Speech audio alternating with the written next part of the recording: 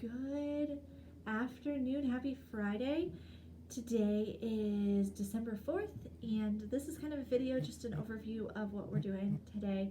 I'm recording this while your classmates are in recorder working on the Christmas program, and so I'm able to sneak in and get a video in for you, okay? So what you had to do today was handwriting page 50. I asked you just to do the top of the page, and it was writing a Bible verse, so it should have been super simple. The boys got it done in a couple minutes, so I think it should be pretty easy for you. And I posted the spelling test video, so there was like 20 spelling words in the front, and then you have to do the back on your own. It was pretty explanatory. So the boys were making comments in the background, so you'll hear that probably a little bit if you haven't taken it already, which I'm sure you probably have. And so we did that, and then I have a math page, which was review over factors and greatest common factors, and I just kind of recorded myself doing it with the boys. So kind of a little silly video, I think, but kind of can join in if you want. We kind of worked through the front of the page. It was a review, so you probably have already done it. If not, there is that video. It is a little long, but if you want to listen to it, you can. And then we worked on language. Language was really quick because we had to get going to something else. But it was super easy about direct quotations and indirect quotations. So a direct quotation is when, like, the exact words of somebody, and it's in quotations. This is the exact phrase that they used and the exact wording. And then an indirect quotation tells about something somebody said, but it's not in quotations. It's just, oh, Mrs. Morter said to sit down at our desk and finish our work.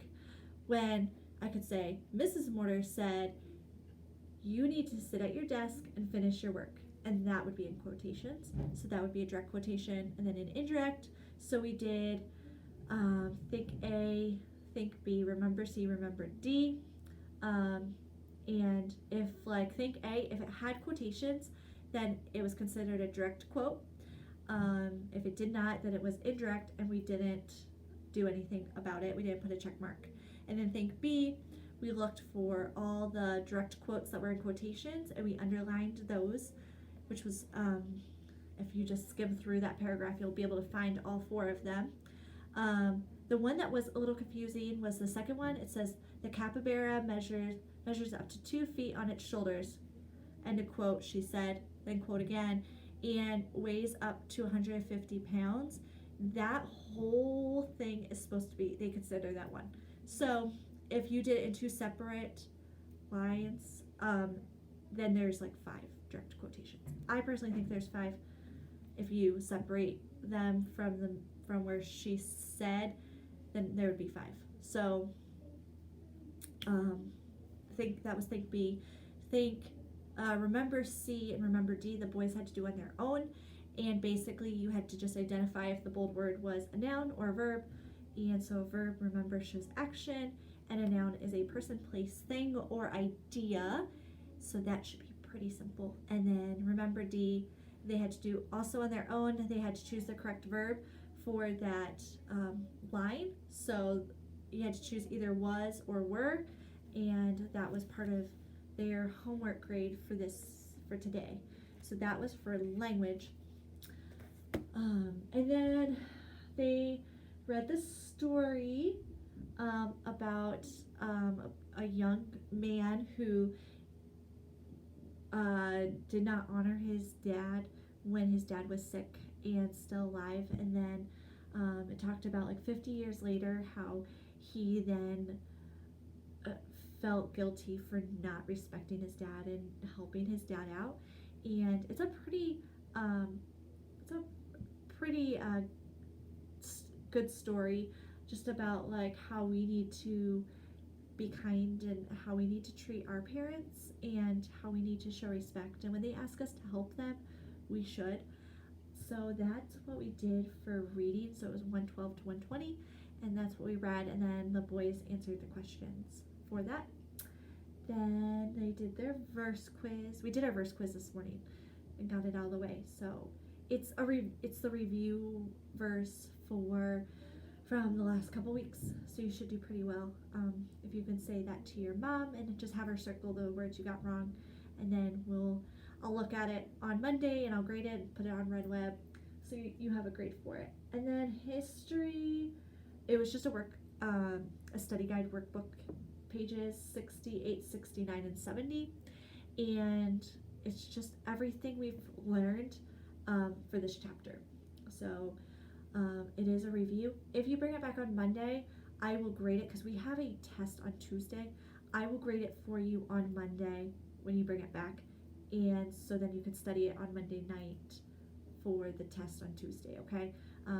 But it's pretty simple, all about the War of 1812 and the people that were involved in it, and why Britain and America and France were all fighting, and how the War of 1812 just got settled, and how everything kind of went back to normal.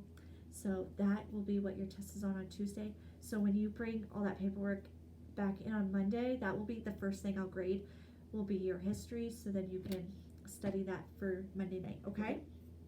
And then science, we are reading more about sound and sound waves.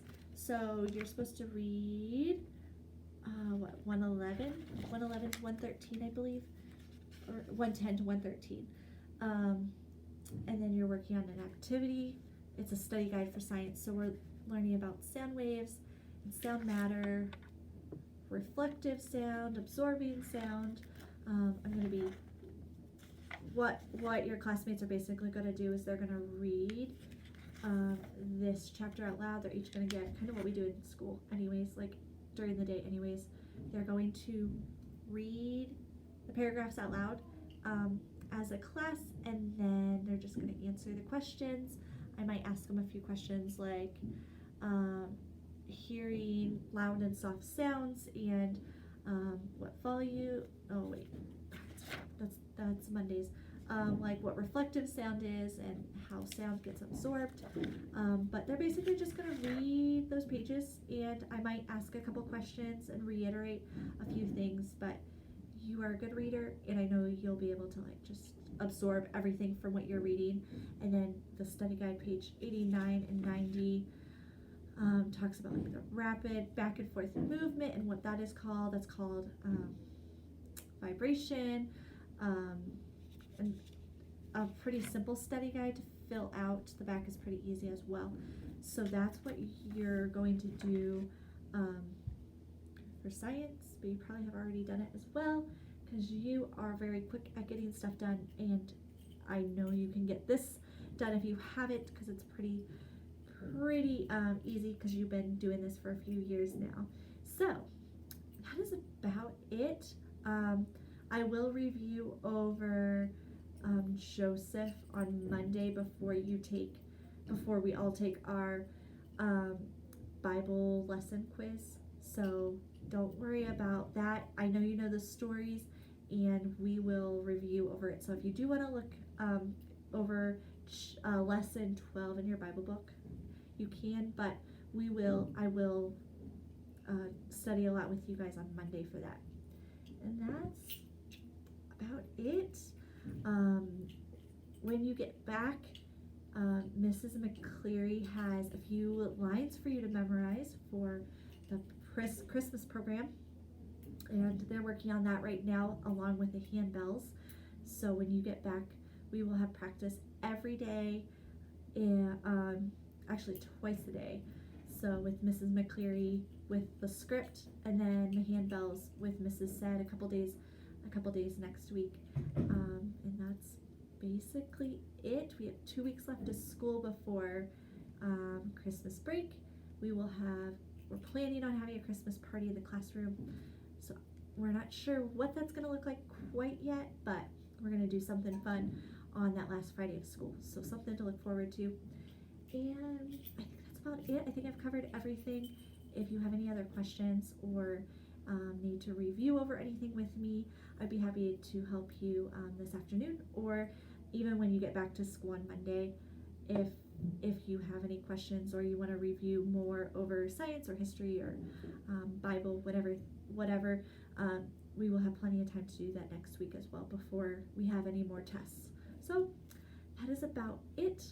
If you have any questions, yeah, let me know. And I hope you have a great weekend, and I hope to see you on Monday. And your classmates really miss you because they've been asking when you were coming back. So hopefully we will see you then. And you have a great weekend. Have a relaxing time with your mom and dad and your sister. I'll see you later.